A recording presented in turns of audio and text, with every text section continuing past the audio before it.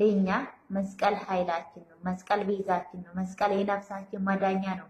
ከነጃለቴ ፈኖ ባቴና ዱካቡ ጀዴ ጎፍታ ኢየሱስ ክርስቶስ ስለዱባቴ ጀቹን ዶጎንጎራ ኬሰ ራስሬፈዳ ኢየሱስ ኢትዮጵያ ሚቲ isiniyyuun beeku jechuudha. Sababbiinsa inni yeroo sanitti kan ergamee hoolota warra Israa'el keessaa badan qofaafidha malee isiniif miti jedheera. Yaa gooftaa kannaan jedhu hundi mootummaa Waaqayyoo galuu hin danda'u. Isintu dhaqee gooftaa jechaan jira malee inni quba isin hin qabu jechuudha. Kanumaaf obboloota kiyya ani dogongora keessaniirraa isin sirreessaadha. Wannan isin jaaladhu, wannan isin kabajuuf jechuudha. Ibiddatti boruu akka hin deemneefi malee waa tokko nuuf kaffalamee miti arraba dhiisaa. Mee waa tokko hubadhaa dubbisaa. Simmiitaawii taatanii nama arrabsinaa jechuudha.